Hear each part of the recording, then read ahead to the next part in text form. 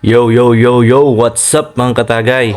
Nandito na naman ang inyong katagay para turuan kayo kung paano magtimpla ng mura pero patok sa panlasa na inumin at ang buong barkada ay makakatikim. Ngayong araw ay magtitimpla tayo ng winter season pagkatapos ng intro.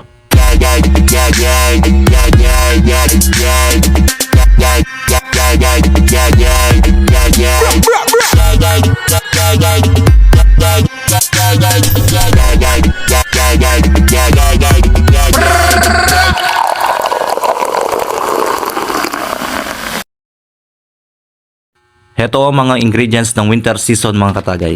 2 Sprite mismo. 1 sachet ng Tang 4 Seasons.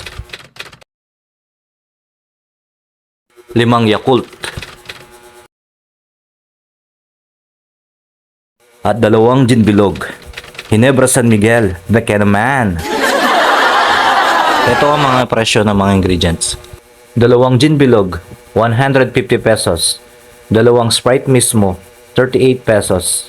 1 sachet ng Tang 4 Seasons, 22 pesos. 5 Yakult, 65 pesos. Yellow, 10 pesos. And a total of 285 pesos. Sa halagang 285 pesos, may 4 liters ka ng inumin. Ayan, nagpe-prepare na si Katagay. Naglalagay na ng mga gloves. Parang mag-o-opera si Katagay ah.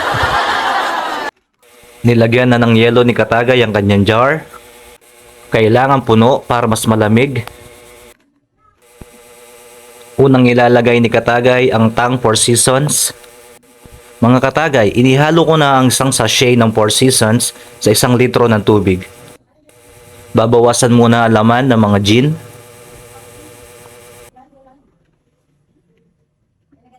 At lalagyan ng 4 Seasons ang mga bote ng gin bilog. Para mahalo ang gin sa juice.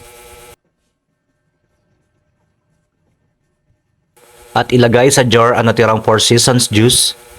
Isusunod ng ilagay ang 2 Sprite mismo. Para lumambot ang inumin.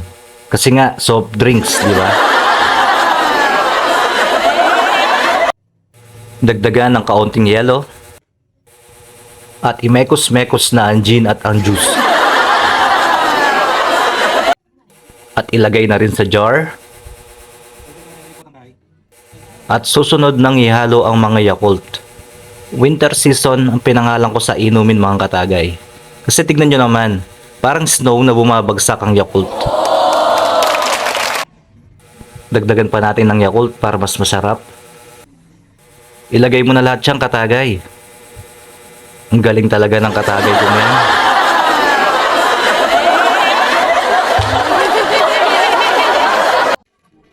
At imekos-mekos na natin mga katagay para mahihalo lahat ng ingredients. At idagdag pa natin ang gin bilog na may 4 Seasons juice. Ginebra San Miguel, beke naman talaga.